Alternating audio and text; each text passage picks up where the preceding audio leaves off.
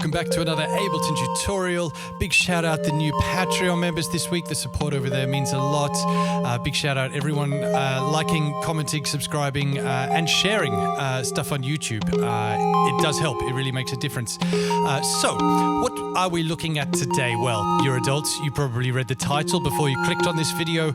Generative melodic waves is what I want to look at. You can hear something going on in the background, and that's where we're going to get to today. But I want to talk a little bit about why I want to head in that direction and some ways that we're going to explore this. So I'm just going to stop that. Now, one of the ways that we engage with music, one of the ways that we are automatically doing when we're listening to music, and we do this mostly subconsciously, is we're trying to predict what is about to happen based on what we have heard before, what's just happened. So for instance, if I play these two chords, your brain is now predicting what is going to happen after those two chords. For instance, your brain has probably predicted this chord. I can choose to meet that expectation, or I can choose to use that expectation to surprise you. So for instance, if instead I went like this, it's a surprise. Your brain has predicted one thing that's going to happen, and then we hear something else happening instead. This is what we do when we listen to music, and this works with harmony like that. It also works with rhythm. For instance, one of the ways in which we use randomness in a jungle core beat, like you can hear now, is that we search for patterns, we search for the meaning, and the randomness subverts that expectation. And so we engage further. We look for patterns within that randomness, trying to find a connection. It also offers us as listeners a chance to become comfortable with the randomness and comfortable with not being able to predict what's going to happen. And it also works with melody. And that's what I want to explore today, is generating these sort of waves that we can predict a little bit what's going to happen, but there's sort of a range of outcomes there, and how we can control that range and how you can then apply these ideas to your own musicking.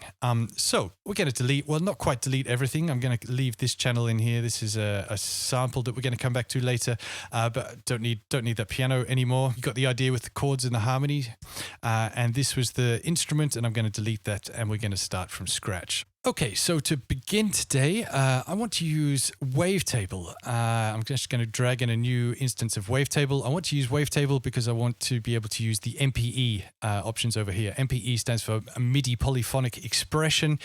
It means that each incoming MIDI signal into the wavetable generates its own set of envelopes, amplitude, filter frequency, etc., and those don't affect notes that are already playing.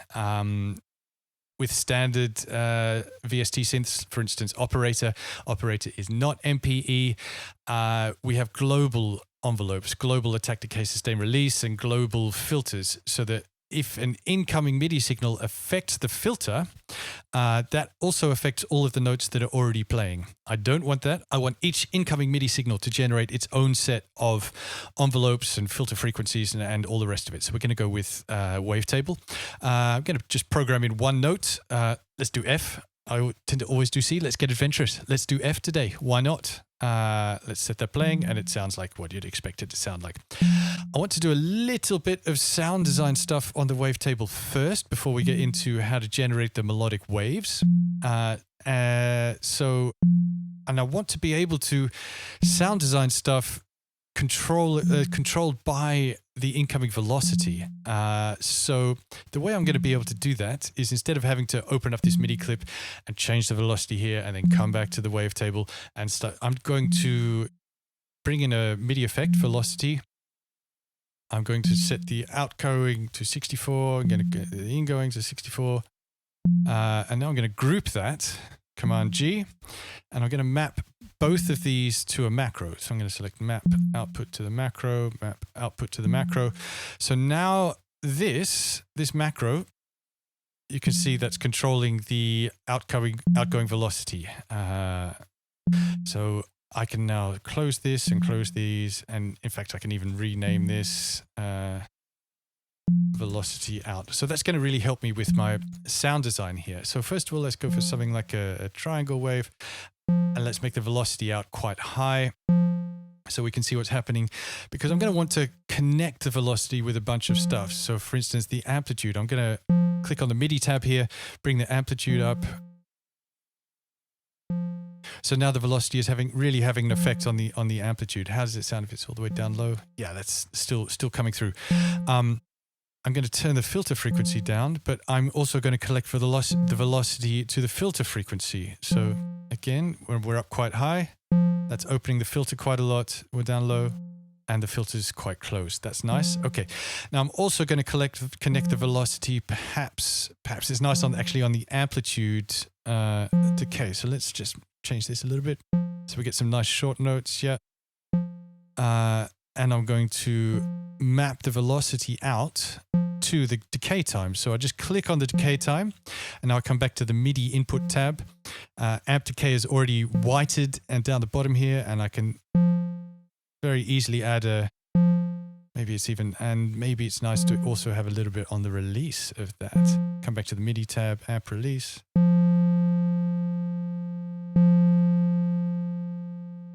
That's nice. And now as I bring the velocity out down, now we're saying that those are much shorter. That's going way too low. So I want to, let's bring this all the way down, and let's turn these up already. Now we can just hear them when it's quite slow, and what about when it's quite a bit? That's maybe a bit too long on the decay and the release here.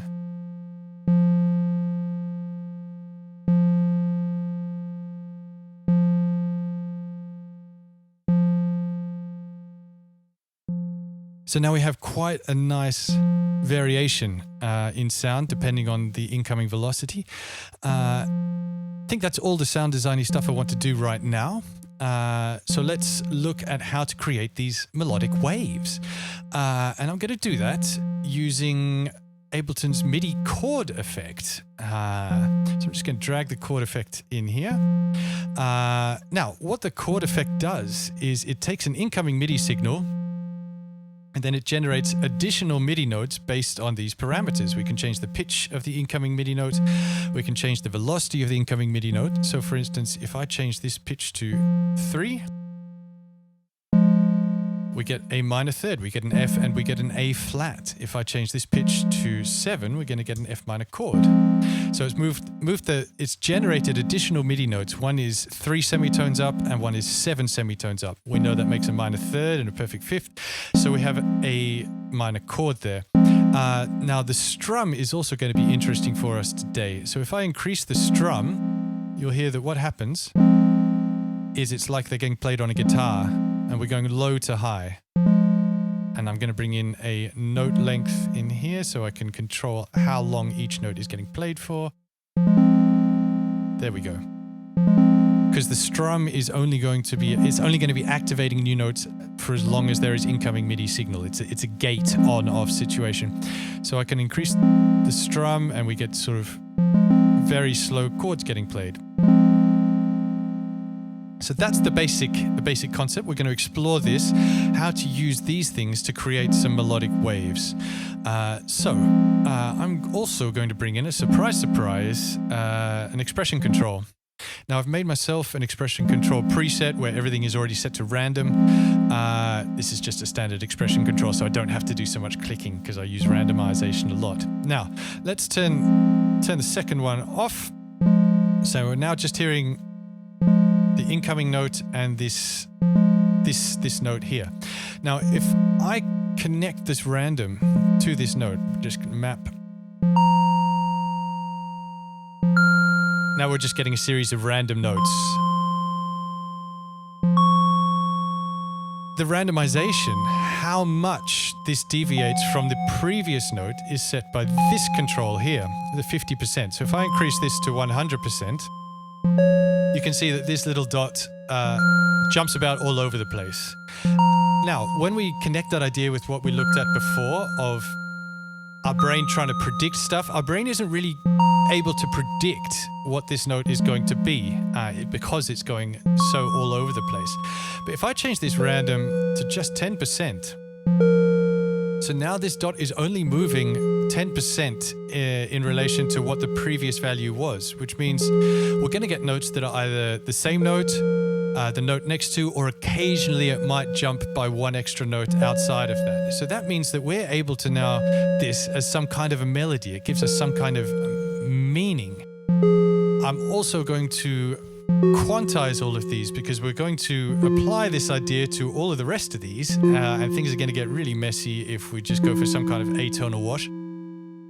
Perhaps that's what you want. Also a new way of subverting our expectations. You're adults, you can make your own atonal decisions. But for the purposes of this, I'm going to bring in a scale quantizer, and I'm going to drag you in here, and we're going to use a Dorian, I think would be nice. And let's make it F Dorian because the incoming note is an F. So now any pitch, we need that to be after the chord, of course. We need that to be after the chord effect. So now any pitch that the chord effect generates is quantized into this F major scale. So I'm now going to apply this idea to all the rest of these notes. Well, we're going to use 5 because the expression control has 5 randoms and that's already quite a lot. So I'm going to repeat the same mapping process I did over here with one slight adjustment. I think I want this to go up to 100%. Yeah, and I want to leave it unipolar, which means it's only going to take this initial value and go up. It's never going to make a note that goes below. So what that means is that all the notes generated are going to be above the source note. And I'm just going to actually set that back to 0. And I'm going to apply these same changes and map these to the rest of these notes. So I'm going to hit map, going to map you to here, going to change this to 100%, and we're going to change this to 50%, 10%, sorry. And we're beginning to get a little bit of crunchiness, so let's just bring that down. We're going to map you, we're going to map you to here, we're going to map this to 100, and we're going to change this to 10%. Same again, 100, unipolar, 10%. Now I'm not getting all of the notes because I think the strum is, the note length here is, there we go. Maybe I do want more longer strum. We're only hearing 3 notes. Is that because of this? Nope. Why are we only getting these 2 notes? There's a note. Okay. There we go. Now let's map this to here with the same settings. 100%. 10%. Lovely. So now we're hearing these notes being generated, and if you, for instance, you listen to the second or the third note in this sequence, you can discern a pattern. We hear that high note coming in, and that high note is slowly going to come back down as this shifter comes back down due to the randomness, but it's only going to slowly come back down because of this randomness set to 10%. Now, I'm going to duplicate this with the velocity, and that, given the little bit of sound designy stuff that we did at the start, is also going to really help us differentiate between these notes. So again, I'm going to bring in my preset, my expression control preset. It can go before, it doesn't actually matter with the expression control. Random, and I'm going to set all of these to 10%. The 10% is going to be the lowest incoming velocity. And I can now turn my velocity controller off, and I'm just going to map all of these to here. And I'm going to, again, change this to 100%, and I'm going to change this to 10%.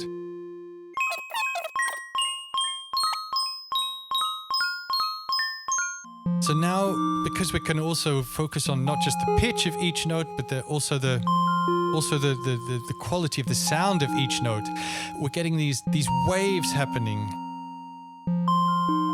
So now it's the first note. There's this really high one. We can see the value all the way up here. And most likely the value of the velocity is quite high as well. It doesn't show us that bar moving across, unfortunately. But that's why we're getting these quite loud pings. But these pings are going to slowly wave out. And another note will take over as being the high note and the loud note. So, a little bit more sound designy stuff now that I think could be quite nice. I'm going to try using Ableton's here in modulators. I'm going to use the Shaper MIDI. Now, what this is doing is this generates an envelope each time a new MIDI signal is triggered. It generates an envelope. So I've got this right at the start of the chain. So it's only taking this one F that we programmed in. And that's where it's generating its envelope from. And I think it could be nice to try something with a reverb with this. So yeah, let's bring in a hybrid reverb at the end of the whole thing. And I want a situation where each of these gestures starts off quite close with no reverb and then becomes super reverby. I think that would be nice. So what I'm going to do is I'm going to map this to the dry wet. I'm going to make this unipolar so it only goes in one direction. And now we can see each time a note is triggered, the dry wet is going up and going back down. I want this to do the opposite. So I'm going to put this to -100 and this to 100% wet. So now we can see the start of each, the first note in each is quite dry and everything else is wet. Maybe it takes a bit longer. So I press Option, click, and I can adjust the curve on this. So now it's really taking some time to get to that. That's quite nice. Yeah. Really nice. Now, what might be nice on the sound designy stuff, let's add a little bit of pitch modulation. That will also be nice. So I'm going to come in here. I'm going to choose mod sources, LFO, and I want to map the LFO just to the detune of oscillator 1. So I'm going to click on detune oscillator 1, back to the matrix, scroll down. Oscillator 1 is in white, LFO. Wow, that's a lot. Back to the LFO. Let's adjust the amount.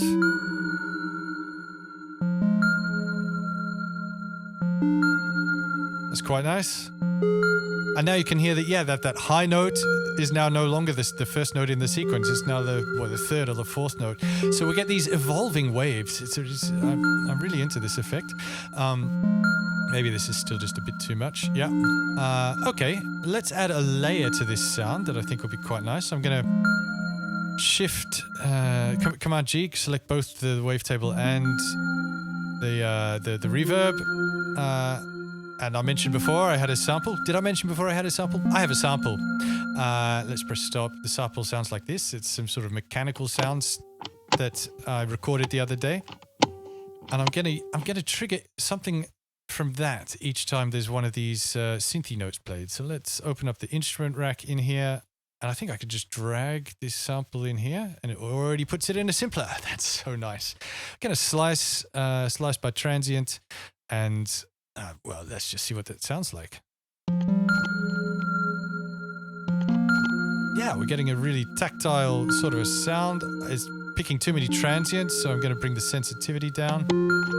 There we go. That's quite nice. Let's add a bit more velocity sensitivity on that as well. So it's really connected with the synthy sound. Yeah, nice.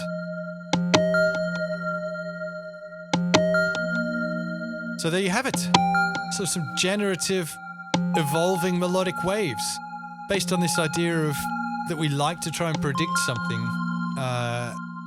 But in this case, we're predicting within a range of outcomes. And when we focus on just even in different notes in this little sequence, we find different patterns that we can connect with. Of course, you can apply this in much more extreme contexts. I look forward to hearing all of your explorations as you do that.